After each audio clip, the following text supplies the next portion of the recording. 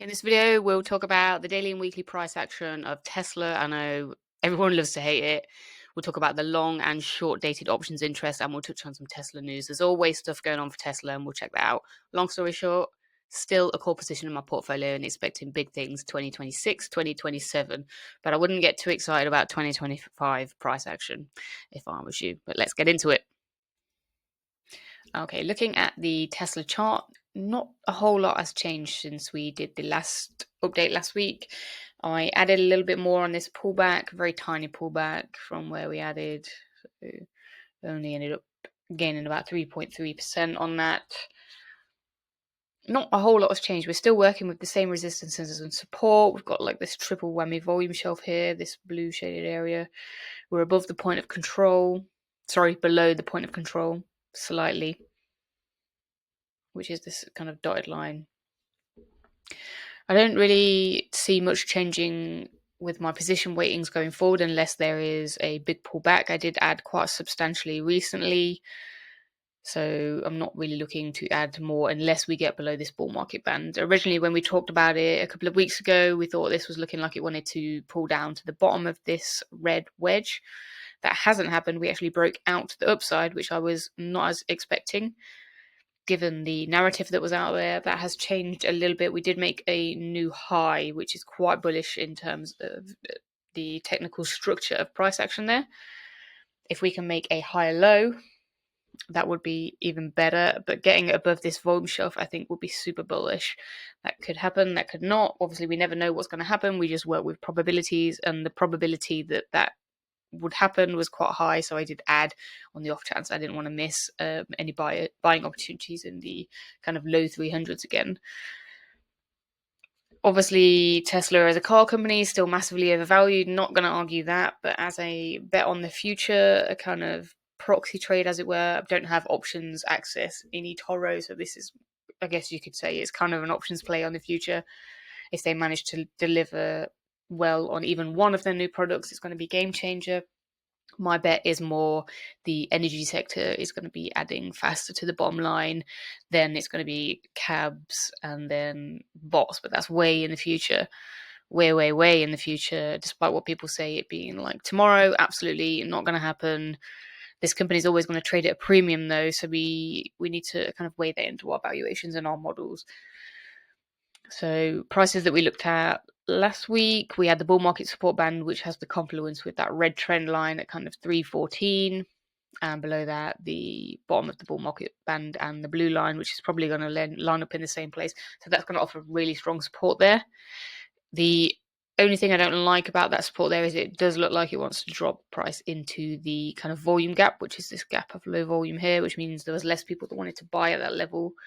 But the immediate support under there kicks in at kind of 285, which is a prior support and a volume shelf. There's a little volume shelf here at kind of 300, which would be a really good psychological area to bounce as well. So I think the downside move risk on this in the short term is quite low. I think the 3Q numbers are obviously going to come in good with all the credits. People are going to be rushing out buying them, the new model. That's going to be all hunky-dory, but after that, the car numbers probably aren't going to be great again. They're going to be a little bit shocking. Maybe there's a reason why Tesla's behind on releasing the affordable model, so they can, stimulate when they need to stimulate. But that is running late, so we don't like that as much. We did have a lot of news deals on the new deals for batteries and all that good stuff. Really, this is just kind of a hold at this moment for me. I don't plan on adding more, like we said, unless we get a substantial drop to the upside. Kind of the measured moves that we're working with. We've got the blue one here at 429 and then 563. I think it's possible to hit especially the lower one by year end. But, Tesla moves to the beat of its own drum. It's really hard to predict day-to-day price action on this one. I just know I want to be well positioned on this one, ready for 2026, 27, 28. And usually I would wait before I built a position in a company where my projection was that far away. But because Tesla can front run quite aggressively, it was quite important to start building and adding very aggressively, kind of anywhere under $300 in my mind anyway, because if I'm discounting that to future potential earnings, that was a good level for me to get in on. Indicator wise, neutral. We did tick overbought a little bit, so it makes sense to have a little bit more cooling off. Maybe we do pull back to fully back test that line, which would be technically beautiful.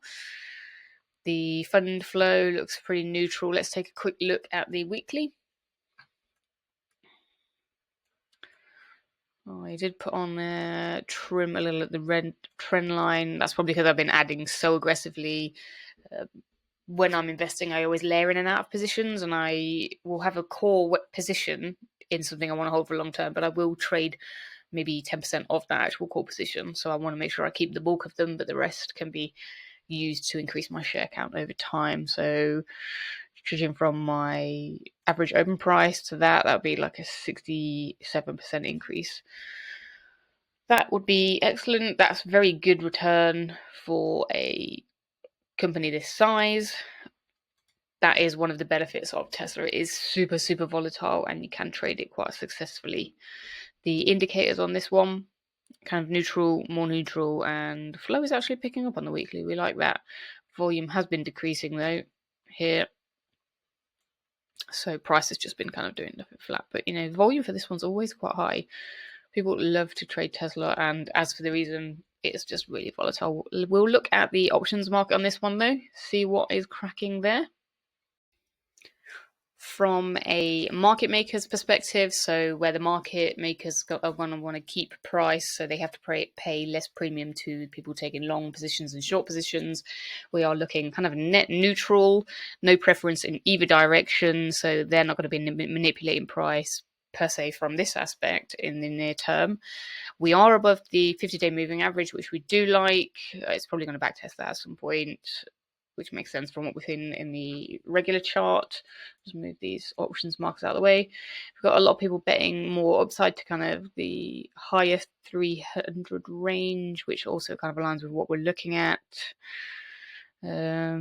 Yeah, other words, short term on this one looks fairly good. Let's push it out to, let's just go straight into January 2026. Yeah. Here we go. Let's pull this down. There is some hella big bets and some hella bad bets on this one as well. We did talk about last week that some of these cheap strikes on Tesla were very, very cheap, which is why I think we saw some of the volume there for hedging. I think that was more noticeable in the near-term stuff. Let's go here. Was this where we saw it? I can't remember where it was. You'd have to go back and check the other video, but I probably should have put a marker on the chart. Let's go 2027. Looking notably more bullish, but further out, I think it did switch more negative again. Yeah, so a lot of interest in this one from various timeframes for various strikes. So the market is expecting a lot of upside on this one, but a lot of people seem to be using it for risk management, which makes sense given a poor economy.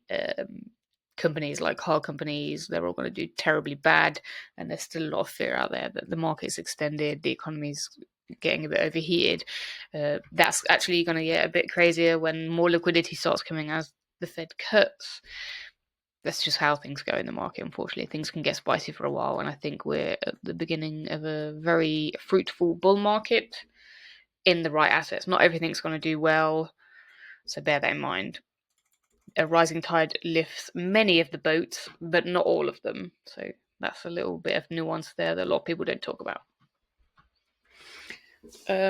Tesla news has gone a bit quiet. Obviously, we've come off the back of the pay package, the FSD updates, all that stuff, and the bots have been popping up everywhere news-wise. The only real substantial update to Tesla lately was the Model Y launching. Now, I think that's going to do really well, especially in China. They like their bigger luxury cars there. A lot of the multi-seater cars we have in the UK actually come from China and Japan, all that stuff. But ideally, this would have been, I think, better as a 7-seat car to hit that, that El Grand luxury car market, and kind of the Alphard, or however you say it, those kind of cars. I think they're all 7 to 8 seaters. But I get it. Not all families are going to need that one, but this is a really spacious looking, tidy car, and having the space in the middle to actually walk down to the back seat rather than kind of climbing over. I hate that, as I'm quite a small person.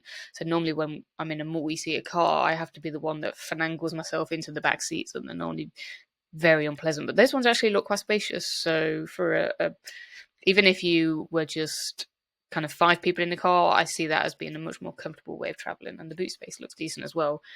Um, yeah, I think that one's going to sell well. Obviously, China's going to get it first. They get everything first because it's a bit more popular there. But we'll have to wait and see. Again, I am not into Tesla for the cars primarily, but it's still nice to see new products coming. But we're still waiting on that affordable car, so we'll have to wait and see. Other than that, though, institutions still haven't changed much in the grand scheme of things, as much as the narrative is trying to suggest otherwise that is the case. And overall, still really excited for it. I don't want to go too much in the weeds of the news because a lot of the Tesla news that's out there is kind of like irrelevant. Like, this new car's got a new backlight, or these arm seats or electric, and I don't really care about that stuff. It's all good little things to have, but it's not going to add massively to the bottom line of the car. But having the 6-seater options is probably it's going to be a better selling car than the Cybertruck, which is still going to be niche. There was a lot of commentary saying the Cybertruck sales are crap. The Cybertruck's always going to be a luxury car. It's very expensive. It's very outlandish. It's like saying there's not many people on my street own a Ferrari. Why would they go out and buy it? It's not appropriate for people. That's why the affordable cardinal model would be more something I'm expecting to change the bottom line of the company substantially.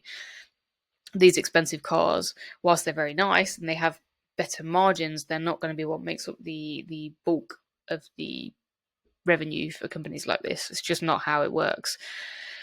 So we'll have to wait and see. I'm still wanting that affordable car though. So come on, Elon, let's chop, chop, chop. That's a wrap. If you enjoyed this content, feel free to share it with your mum, your nan, your dad, your dog, whoever. I'll see you next time.